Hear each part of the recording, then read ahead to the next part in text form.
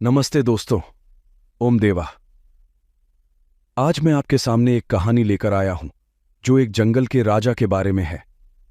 इस कहानी से कुछ सीखने के लिए मिलेगा तो कुछ उत्साह से भरी मनोरंजन होगा। तो चलिए शुरू करते हैं। एक बार की बात है, एक जंगल में सभी जानवर खुश रहते थे और अपनी जिंदगी खुशी से बिता रहे थे। और उसका कारण था उसका राजा, जो कि बहुत ही शक्तिशाली और चालाक था, जिसका नाम सिम्बा था। सभी जंगली जानवर अपने राजा के प्रति विश्वास और भरोसा करते थे। सभी जानवर खुश थे और जिंदगी जी रहे थे। एक दिन जंगल में बहुत सारे लोग आए जो पेड़ काटने की बात कर रहे थे, और सभी लोग अगले ही दिन अपनी मशीन के साथ आकर पेड़ काटने लगे। ये खबर अपने राजा सिम्बा के पास पहुंचा दिया। तब राजा सिम्बा आया और उन सभी इंसानों के साथ लड़ाई किया और उन सभी को भगा दिया। सभी जानवर खुश हो गए और अपने राजा सिम्बा को धन्यवाद किया। कुछ हफ्तों बाद फिर से वो लोग आए, और इस बार अकेले नहीं आए। इस बार अपने सभी खतरनाक मशीन के साथ आए और पेड़ काटने लगे। सभी जानवर ने देखा और अपने राजा सिम्बा को ये बात बताई।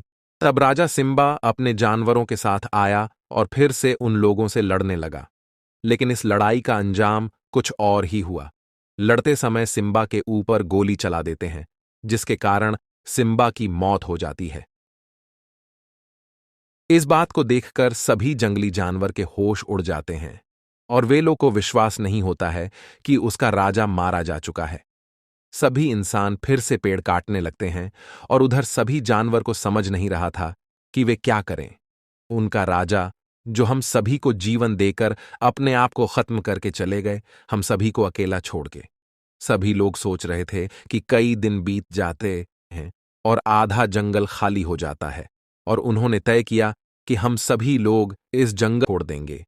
सभी जानवर जब जंगल के रास्ते से जा रहे थे, तभी उनके सामने एक बुद्ध आए और कहे कि तुम सब इतना परेशान क्यों हो। तभी सभी जानवर ने अपनी परेशानी बताई।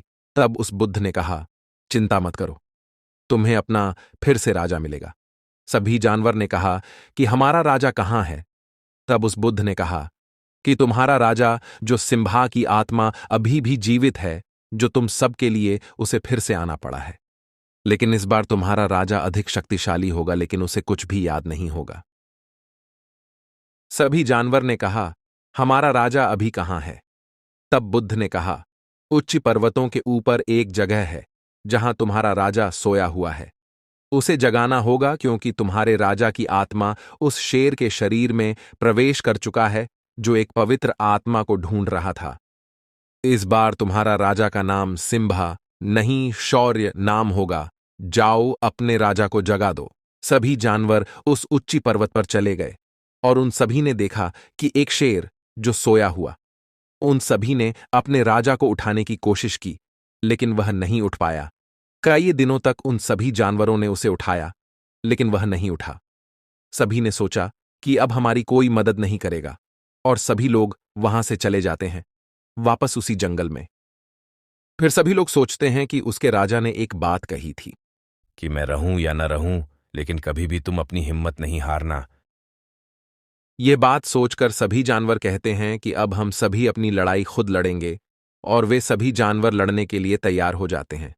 सभी जानवर उन सभी लोगों के पास जाते हैं और उन सभी से लड़ने लगते हैं, लेकिन वे सभी एक एक कर हारने लगते हैं, और सभी की हिम्मत टूट जाती है। सभी जानवर घायल हो जाते हैं, और सभी जानवर को अपने राजा को याद करते हैं, कहते हैं कि हमारी मदद करे शौर्य। तभी उस ऊंची पर्वत से एक शेर की दहाड़ सुनाई देती है, और वह शेर और कोई नहीं, शौर्य होता है। उस उच्च पर्वत से छलांग लगाकर, दहाड़ते हुए और दौड़ते हुए अपने प्रजा की रक्षा करने आ रहा था शौर्य, जो उसे लड़कर सभी लोगों को भगाता है और सभी को मार देता है, और वह फिर से अपने जंगलों और अपने लोगों को बचा लेता है। सभी जानवर बहुत खुश होते हैं कि उनका राजा फिर से मिल जाता है, और फिर से अपनी जिंदगी खुशी खुशी बिताने लगते हैं, और उनका फिर से राजा मिल जाता है, जिसका नाम शौर्य होता है। इस कहानी से हमें यह शिक्षा मिलती है कि अगर हम किसी को भी सच्चे दिल से बुलाएंगे, तो उसे किसी न किसी रूप में आना पड़ेगा।